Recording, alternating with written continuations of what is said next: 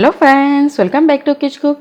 હું છું સીમા અને આજે હું તમારા માટે લઈને આવી છું ગુજરાતી થાળીની રેસીપી. જે હા, જ્યારે પણ તહેવાર હોય કે પછી કોઈ પણ મહેમાન આવી જાય તો આવી રીતે તમે થાળી બનાવી શકો.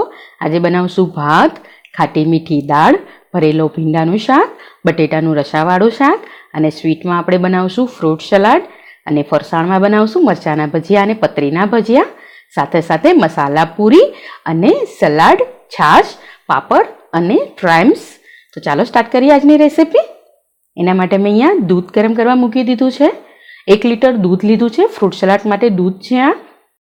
જ્યારે પણ દૂધ ઉકાળો સ્ટીલની તપેલીમાં તો તપેલી હંમેશા ધોઈને લેવી. હવે તેમાં આપણે ખાંડ ઉમેરી દેવાની છે. તો હું અહીંયા અડધો કપ જેટલી ખાંડ લઈ લઉં છું. તમે ચમચીથી માપવા જાઓ તો મોટી ચમચી હોય તે 7 થી 8 ચમચી થાય. હવે તેને આપણે ઉકાળવા દેવાનું છે અને થોડી થોડી વાર એને હલાવતા જવાનું છે જેથી ઉપર મલાઈ ના જામે. આ માપથી તમે 7 થી 8 જણાને પીરસી શકો તેટલી થાળી બનશે તમારી. આપણે જે દૂધ ગરમ કરવા મૂક્યું તેમાંથી મેં અડધી વાટકી દૂધ બહાર કાઢી લીધું હતું.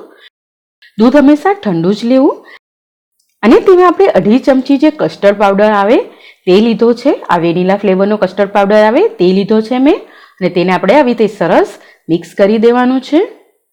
કસ્ટર્ડ પાવડર હંમેશા ઠંડા દૂધમાં જ ઓગળે છે તો તમારે ઠંડુ દૂધ જ લેવું, ગરમ દૂધ નહીં લેવું ક્યારે. હવે એને સાઈડમાં મૂકી દઈશું. ત્યાં સુધી આપણે દાળ ભાત પણ પલાળી લઈએ. તો અહીંયા 1 વાટકી મેં દાળ લીધી છે, તુવેરની દાળ છે. હવે તેને આપણે 3 થી 4 વખત ધોઈ લેશું. અને અહીંયા હું 1 કપ જેટલા મેં ભાત લીધા છે.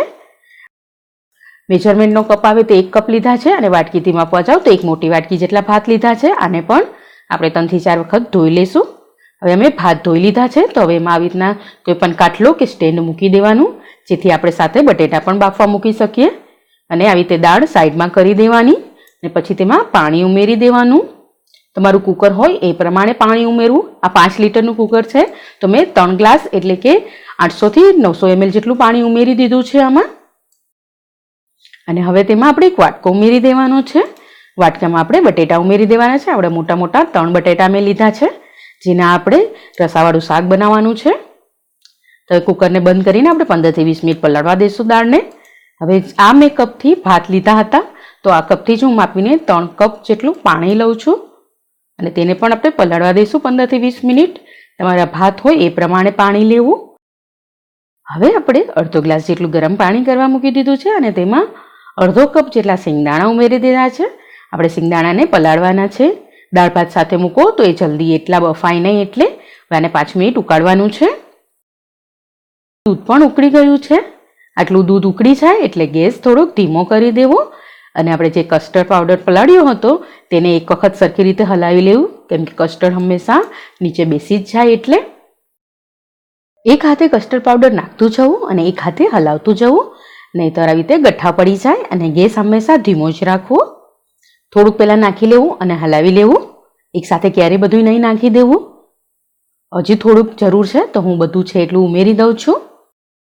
આપણે જે રબડી કે બાસુંદી હોય તેની થિકનેસ હોય એટલી જ થિકનેસ રાખવાની છે, એનાથી વધારે થિકનેસ નથી રાખવાની. તો એ પ્રમાણે કસ્ટર્ડ પાવડર ઉમેરવો અને એને એક ઉભરો આવે ત્યાં સુધી ઉકાળવું. 2 થી 3 મિનિટ થશે ફૂલ ગેસ ઉપર એને. હવે મેં થોડુંક ઠંડુ પાણી લઈ લીધું છે ને તેમાં તપેલું મૂકી દીધું છે જેથી એ જલ્દી ઠંડુ થઈ જાય. અને આને થોડી થોડી વારે હલાવતા રહેજો નહીંતર ઉપર મલાઈ જામી જશે તો મજા નહીં આવે જમવામાં. તમે ઈચ્છો તો થોડાક બરફના ટુકડા પણ ઉમેરી શકો તો જલ્દી ઠંડુ થઈ જાય. પછી આપણે એને ફ્રીજમાં મૂકવાનું છે. હજુ દાળ ભાત પલળે છે ત્યાં સુધી આપણે ભીંડો પણ સમારી લઈએ. તો ભીંડાને થોડા થોડા મોટા ટુકડામાં આવી રીતે લાંબુ લાંબુ કાપી લેવું. આપણે ભરેલો ભીંડો કરવાના છે તો આવી રીતે કાપી લેવાના. આવી રીતે બધા ભીંડા મોટા મોટા કાપી લેવાના. હવે 15 મિનિટ થઈ ગઈ છે તો હું અત્યારે કુકરને મૂકી દઉં છું. ફૂલ ગેસ ઉપર કુકર મૂકી દઉં છું. હું 4 સીટી વગાડીશ ત્યાં સુધીમાં દાળ અને બટેટા બફાઈ જશે. ભાતને હું જુદા જ મૂકવાની છું. હવે મેં ભીંડો પણ સમારી લીધો છે તો એને આપણે ફ્રાય કરવાના છીએ. એના માટે મેં એક કઢાઈ ગરમ કરવા મૂકી દીધી છે અને તેમાં 4 મોટી ચમચી એટલે કે 4 ટેબલસ્પૂન જેટલું તેલ ઉમેરી દીધું છે અને તેને ગરમ કરવા મૂકી દીધું છે. તેલ સરસ ગરમ થઈ જાય એટલે ભીંડો ઉમેરી દેવો, એને સાતડી લેવો. આવી રીતે ભીંડો કરો તો તમારો ભીંડો જલ્દી પણ બની જાય અને સરસ ટેસ્ટમાં લાગે. કઢાઈમાં ભીંડો ઉમેરીને આપણે પછી એને સરસ હલાવતું રહેવાનું છે. આપણે આને આવી રીતે ચડવા દેવાનું છે. બંને ગેસ અત્યારે ફૂલ જ છે. હું ભીંડાને પણ હલાવતી જાઉં છું. ભીંડાને આવી રીતે હલાવતું જવું ને ત્યાં આપણી બાજુમાં આપણે કુકર જે દાળનું મૂક્યું હતું તેમાં પણ 4 સીટી વાગી ગઈ છે. તો હવે ગેસ ધીમો કરીને તેને પણ ઉતારી લઈશું, સાઈડમાં મૂકી દઈશું. મોટા ગેસ ઉપર જે મેં દાળ મૂકી હતી તે જ ગેસ ઉપર હું ભાત પણ મૂકી દઉં છું. મેં અહીંયા ધીમા ગેસ ઉપર જ એને ચડવા મૂકી દીધા છે. મેં એમાં ખાલી મીઠું જ નાખ્યું છે. જો તમે તેલ અને ઘી નાખવા ઈચ્છતા હોય તો નાખી શકો છો. મારા જૂના ભાત છે એટલે એકદમ છૂટો થાય જ છે. હવે આપણો ભીંડો પણ તૈયાર થઈ ગયો છે. આવી રીતે ચોળવો તો એ જલ્દી ચડી જાય છે. તમે જોઈ શકો છો એકદમ સરસ સોફ્ટ થઈ ગયો છે. તો આપણે એને પણ સાઈડમાં મૂકી દઈશું. હવે આપણે એક પેન ગરમ કરવા મૂકી દીધી છે. આપણે જે ભીંડાનો મસાલો બનાવવાનો છે તેના માટે તેમાં 2 મોટી ચમચી એટલે કે 2 ટેબલસ્પૂન જેટલો મેં ચણાનો લોટ લઈ લીધો છે. અહીંયા મેં નાના ગેસ ઉપર આ મૂક્યું છે તો એને મીડિયમ ફ્લેમ ઉપર જ આપણે તેને હલાવતા રહીશું. 1 મિનિટ સુધી હલાવવાનું છે. પછી તેમાં આપણે તો 1 ચમચી હું ધાણા જીરું લઉં છું, 1.5 મોટી ચમચી હું કાશ્મીરી લાલ મરચું લઉં છું, 1/4 ચમચી આપણે ગરમ મસાલો ઉમેરી દઈશું એમાં, અને 1/4 ચમચી આપણે હળદર પણ ઉમેરી દેવાની છે. હવે તેને સરસ આપણે પહેલા મિક્સ કરી લેવાનું છે જેથી મસાલા શેકાવા માંડે. પછી એમાં 1 મોટી ચમચી તલ ઉમેરી દેવાના છે.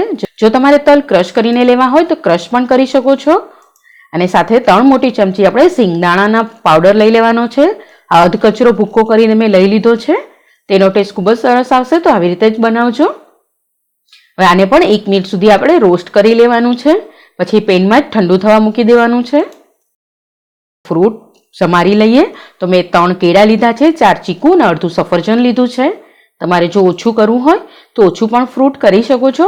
અહીં આપણી એક આખી પ્લેટ ભરાઈને ફ્રૂટ સુધારી લીધું છે. મેં થોડુંક મોટું સમાર્યું છે જેથી ખાવામાં મજા આવે. દૂધ પણ ઠંડુ થઈ ગયું છે અને આટલી થિકનેસ થાય એટલું આપણે રાખવાનું છે. આનાથી ઘાટું થશે તો તમને મજા નહીં આવે જમવામાં. હવે આ ફ્રૂટ આમાં ઉમેરી દેવાનું છે અને સરસ મિક્સ કરીને આપણે એને ફ્રીઝમાં ઠંડુ થવા મૂકી દેવાનું છે. જો ફ્રીઝરમાં જગ્યા હોય તો ફ્રીઝરમાં પણ મૂકી દેવું ઠંડુ થવા માટે. હવે આપણે પૂરીનો લોટ બાંધી લેશું. એના માટે મેં 3 વાટકી ઘઉંનો ઝીણો લોટ આવે તે લઈ લીધો છે. એમાં આપણે 3 મોટી ચમચી તેલ ઉમેરી દેવાનું છે, એટલે કે 3 ટેબલસ્પૂન તેલ, અને ટેસ્ટ પ્રમાણે મીઠું ઉમેરી દેવાનું છે. આપણે મસાલાવાળી બનાવવાના છીએ તો 1/4 ચમચી હળદર, પછી તેમાં 1/4 ચમચી ધાણા જીરું, 1/4 ચમચી આપણે લાલ મરચું, અને આમાં બીજું આપણે તમારે અજમો કે એવું ઉમેરવું હોય તો પણ ઉમેરી શકો છો. સરસ મિક્સ કરી દેવાનું અને પાણી જોઈતું હોય એ પ્રમાણે ઉમેરીને આપણે સરસ કઠણ લોટ બાંધી લેવાનો છે. આપણે જે પરોઠાનો લોટ બાંધીએ એવી રીતે જ બાંધવાનો છે. ને અડધી ચમચી તેલ લઈને પછી સરસ એને મસળી લેવાનું છે. 2 મિનિટ સુધી મસળીને પછી ઢાંકીને એને સાઈડમાં મૂકી દેવાનું છે. હવે કુકર પણ આપણું ઠંડુ થઈ ગયું છે તો ખોલી લેવાનું અને જે બટેટા હોય તે પેલા કાઢી લેવાના.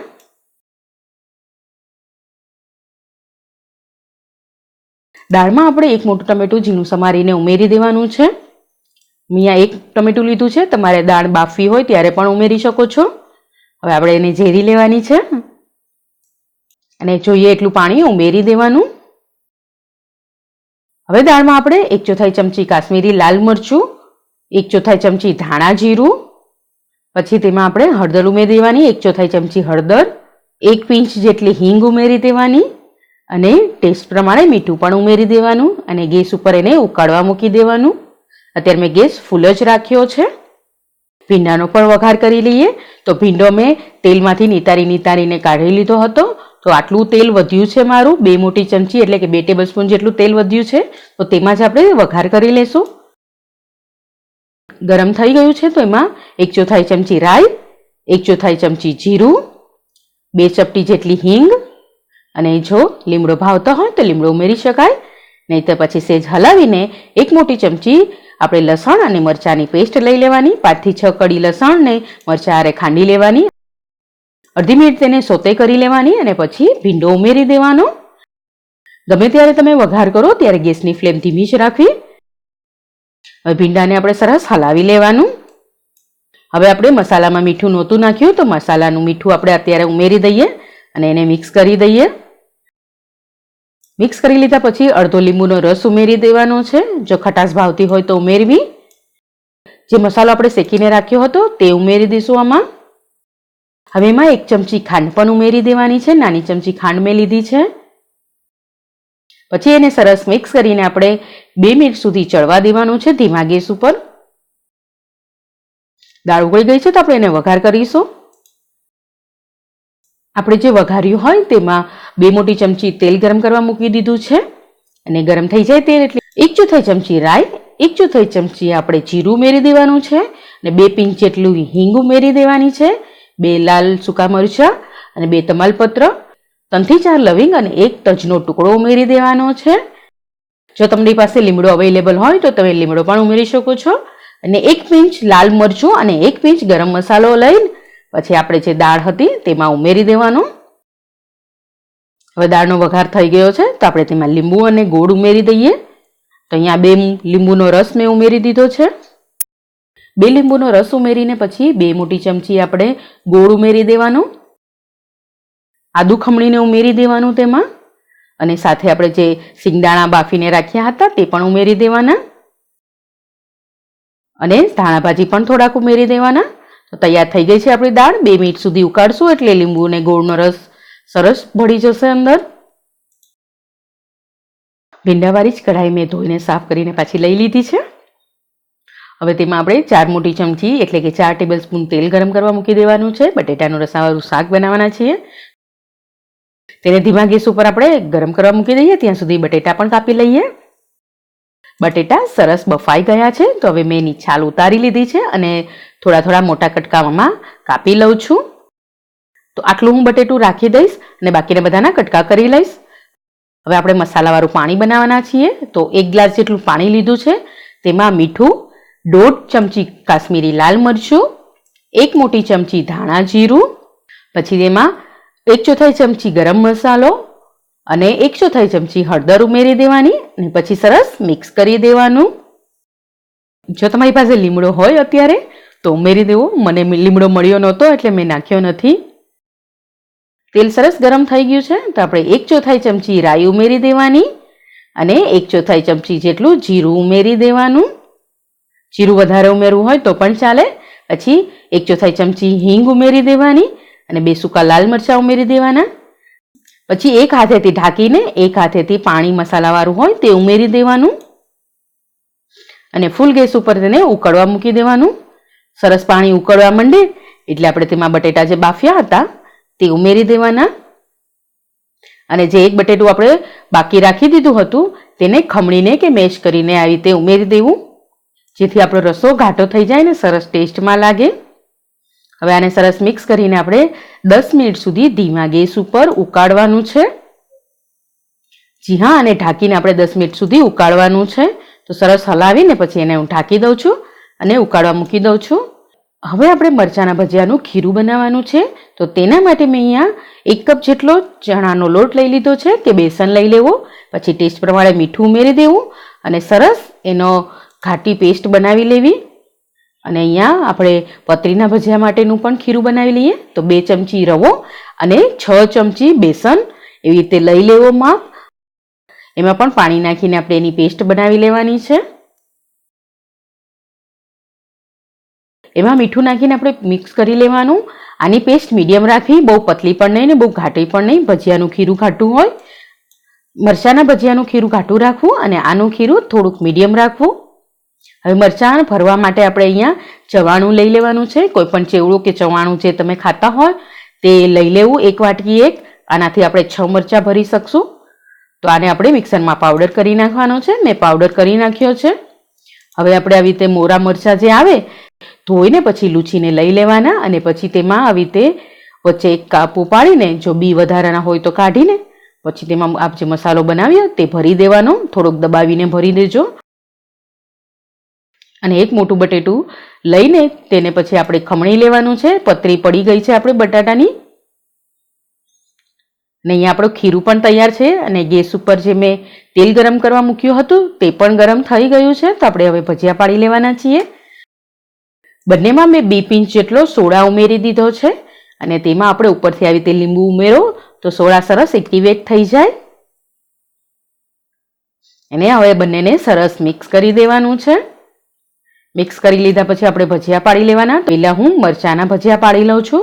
તો મરચું સરસ આવી રીતે ડીપ કરીને સીધું તેલમાં મૂકી દેવાનું. આપણે જે તેલ ગરમ કરવા મૂક્યું છે તેની ફ્લેમ મીડિયમ જ રાખવી, બહુ ફૂલ નહીં રાખવી. આવી રીતે હું 3 ભજીયા એકસાથે મૂકી દઈશ.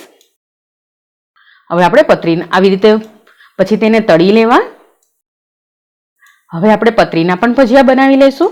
તો હું અહીંયા પતરીને પણ આવી રીતે જે પતરીનું આપણે બનાવ્યું હતું ખીરું તેમાં ડીપ કરીને આવી રીતે બોરી દેવાનું અને પછી પતરીના પણ ભજીયા પાડી લેવાના. ફ્રેન્ડ્સ, વિડીયો બહુ મોટો થઈ જાય છે એટલે મેં પૂરી અને તમને ફ્રાઈમ્સ અને પાપડ તળવાની રીત નથી બનાવી. તે આપણે નોર્મલ જાણતા જોઈએ છીએ એટલે નથી બનાવી. તો હવે આપણે સર્વ કરીશું. તો મેં ભાત અને સલાડ સર્વ કરી દીધા છે, સાથે દાળ પણ સર્વ કરી દીધી છે. હવે આપણે શાક સર્વ કરી દેવાનું છે. પછી આપણે કરીશું બટેટાનું રસાવાળું શાક સર્વ કરીશું. પછી આપણે ફ્રૂટ સલાડ સર્વ કરવાનું છે અને સાથે સાથે પૂરી અને પતરીના ભજીયા અને મરચાંના ભજીયા. ડીશમાં આપણે ફ્રાઈમ્સ અને પાપડ સર્વ કરીશું. તો તૈયાર છે આપણી ગુજરાતી થાળી. તમને મારી રેસિપી કેવી લાગી કમેન્ટ કરીને જરૂરથી કરજો. તો તમે એન્જોય કરો આ ગુજરાતી થાળી. આપણે મળીશું નેક્સ્ટ રેસિપી સાથે. ત્યાં સુધી આવજો. Bye bye. Thank you. જય શ્રી કૃષ્ણ.